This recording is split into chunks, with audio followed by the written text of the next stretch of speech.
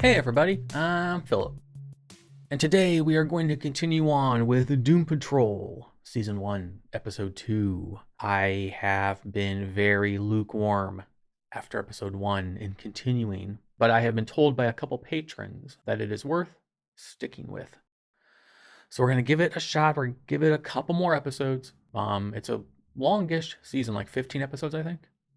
So if I get like halfway through it and I'm not digging it, I just won't watch it anymore, because if I was watching this just regularly without doing any kind of reaction or review or anything, I probably would not have continued, to be honest. But you can't always judge something off of the first pilot. It is the pilot after all. So we are going to wade into the waters of Doom Patrol again and see what happens in episode 2. So yeah, without further ado, let's get into it.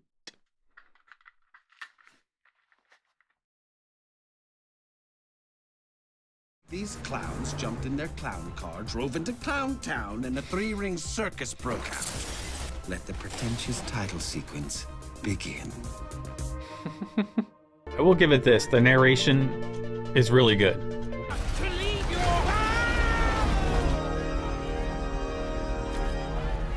What the fuck? Welcome back to Grant Morrison fans, Reddit trolls with DC subscriptions, and the 3 new fans who stuck around after the donkey fart. You still think you control this story, don't you? Haven't seen any evidence to the contrary.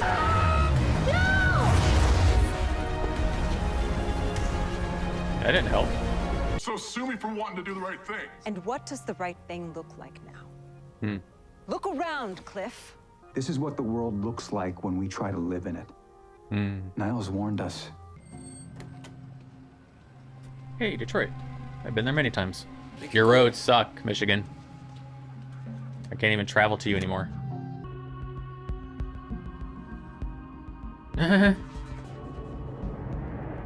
Ooh.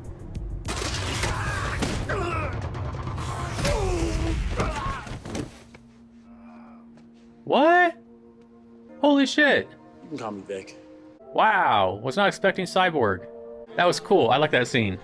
Rope it off? Yeah, call it water contamination or a gas leak or some shit. I'll add it to the ant farm's backlog.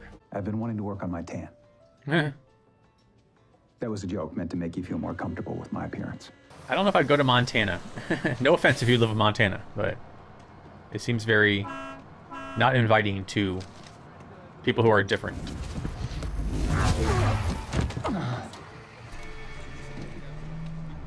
The lightning knew. Mommy, the mommy's awake. Still, no, donkey! Fuck! Hey, wait up! Oh, Cyborg! The guy who nobody asked to be here, who pokes his nose into business that ain't his? Hi! Man.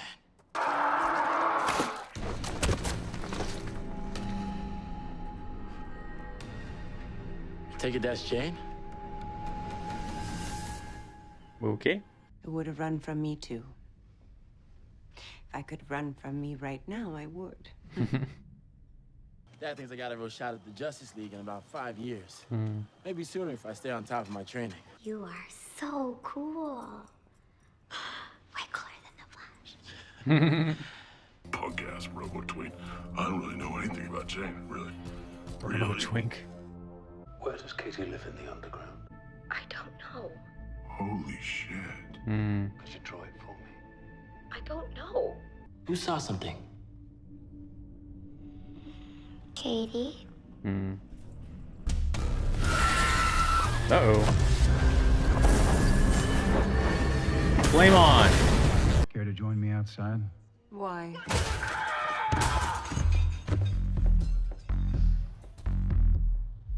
I could use some air. You're so fucked. What? Fuck! Shit! Hey, Jane, stop it! What you know about the underground? Not a lot. Dimensions, wormholes, other buzzwords from the 2 theoretical physics books I read in the 50s. Not that I care, but can't that thing inside of you tear a hole into another dimension? So let's take a look inside. I can't get in there.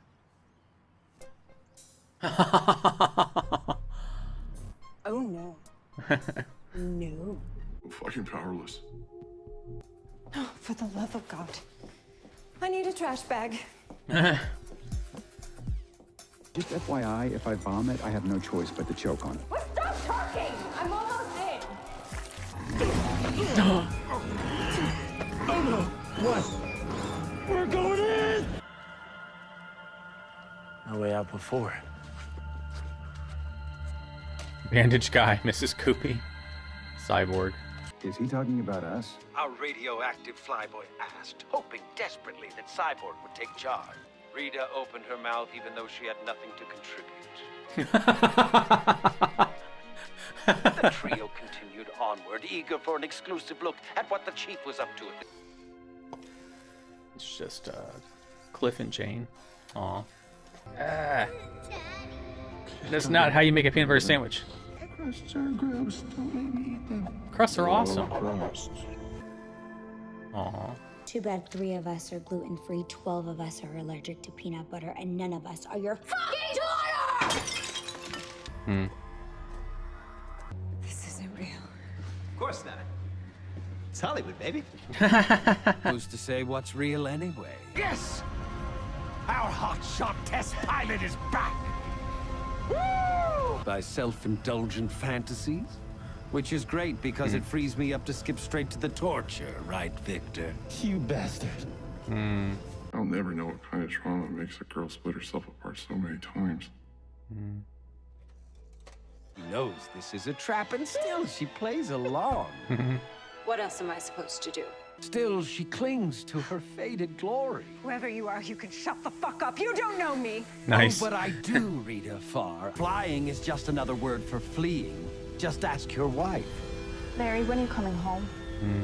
Boys miss their daddy. And every person I saved is me fulfilling a pledge to my mom that she'll never get to hear. Trying to make her proud. What an origin story. Wow! Too bad it's a load of donkey shit. I exist outside of time and space. I know your Like the past, Watcher. present, and future. Like the Watcher. Are you talking to me or to your father? Either way, you're on the right track. Ah. To repeat it. Aha! Your Deus Ex is right on time. Huh.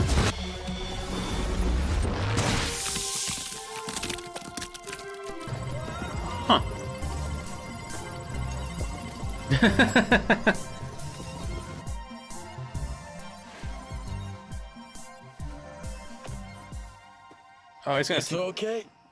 His Not bandages in the slightest. are gonna smell like What blood. was that? Victor!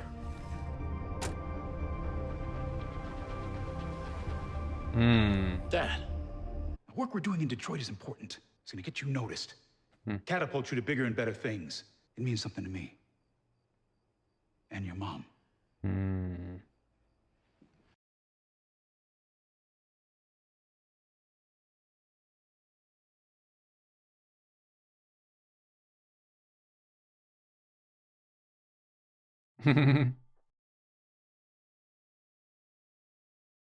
Uh-oh.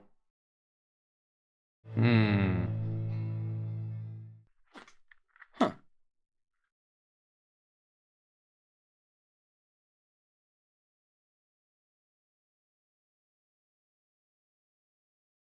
All right.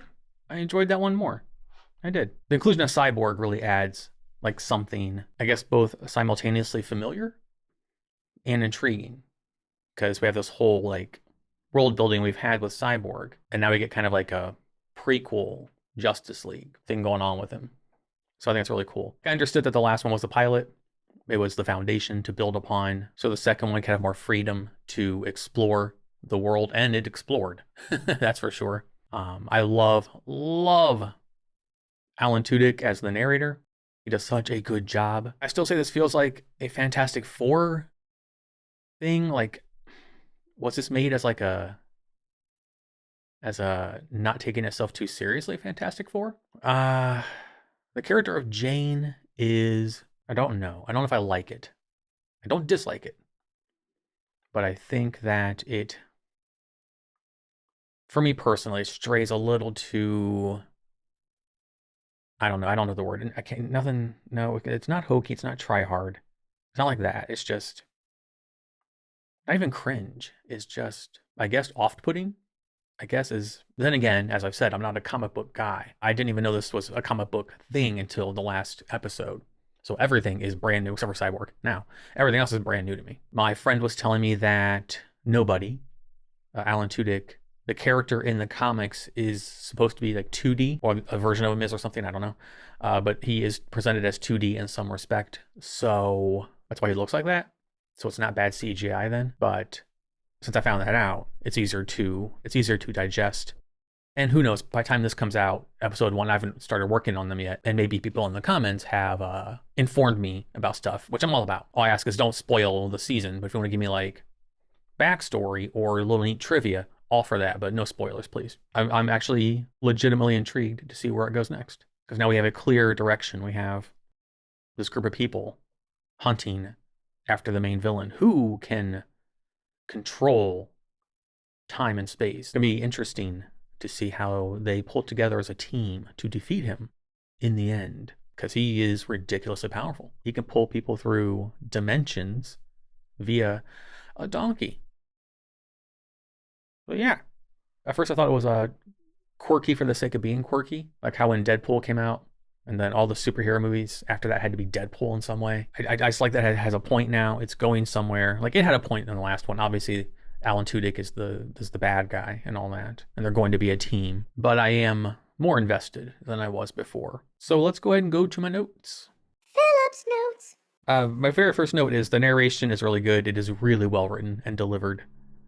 It's top notch. It really is. It's really good stuff. I love that he narrates while things are happening. Like, you think the narration is just going on like outside of what we're seeing. It's the overlay. But in this instance, it's inside the actual events. So Nobody is narrating while the stuff is happening, like from the bus. He's narrating on the bus in front of Timothy Dalton, Niles, as stuff's going on outside, which is just really, really well done. I like that a lot. And I like how meta the narration gets when he was talking about the show and the new episode, and he said the 3 new fans that stuck around after seeing a donkey fart. It's like, fair, I'm one of them. So it's things like that that made me go, okay. Obviously, it's very self-aware. Fourth wall breaking, like Deadpool. So it's, it's purposeful in its actions and what it's doing and the story it's telling. So let's see where it goes. When I heard that, I was like, okay. I like the line, "This is what the world looks like when we try and live in it."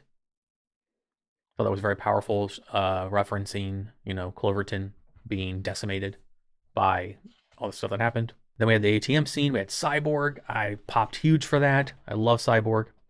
That was awesome. I did kind of chuckle when Larry was going to get onto the bus to go to Montana, and the lightning thing was like, nope, and knocked him back. I was like, even the lightning knows, don't go to Montana. I'd be terrified to live in Montana. Then the donkey spits out Jane. And at that point, I'm like, what the fuck? We learn that all the personalities, each with their own powers, that Jane has, is referred to as the underground.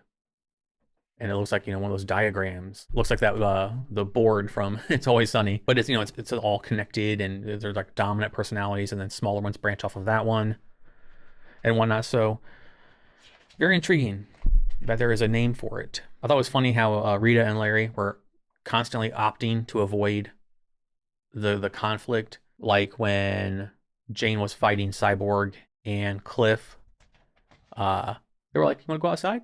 Let's go outside. Then we find out that the donkey is a door. It's got a keyhole in its throat. I'm not sure how many and what kind of drugs were taken when they came up with that, but here we are. Then we get Cliff making a peanut butter sandwich completely incorrectly. That is not how you make a peanut butter sandwich. She was right to throw it back at him. Go make that properly. But it was sweet. It was a smiley face. Okay. My favorite food for years has been peanut butter and strawberry preserves with chocolate milk. It's just, I could eat it every day. It's perfect. So I can say confidently that I am something of a peanut butter sandwich connoisseur. I like when they go into the donkey which is a sentence I never thought I would say in my life. And they are transported to this, this different place, and they have the headphones on. And again, the narrating, like I said, the narrator is narrating the exact moment that it's happening and almost like directing them. I think the narration parts are some of the strongest, one of the strongest bits right now for me in the show. And then I like how the paintings transported them to different like realities. You had Rita on the set, you had Larry in a plane, and you had Cyborg back, on the lawn right after the accident happened that mangled him and killed his mom. And so it was very, very telling. Like it was a really cool show of power from the nobody character, that they could do that. They could create a donkey to be a conduit to house all these things, an entire town of like 3,000 people or whatever, and inside this donkey.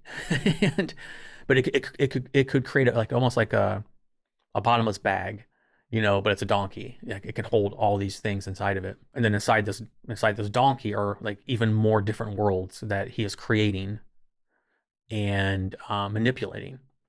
So, he sees them as traps. He's using their insecurities against them. They show Rita with it was like a crib with a baby crying. So are we insinuating that maybe she had a baby and gave it up to pursue her need to be the star? I'm not sure.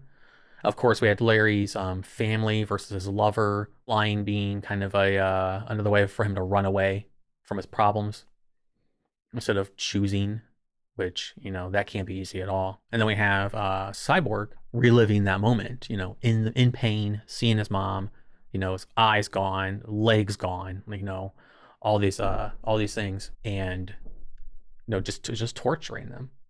But he's doing it to send a message.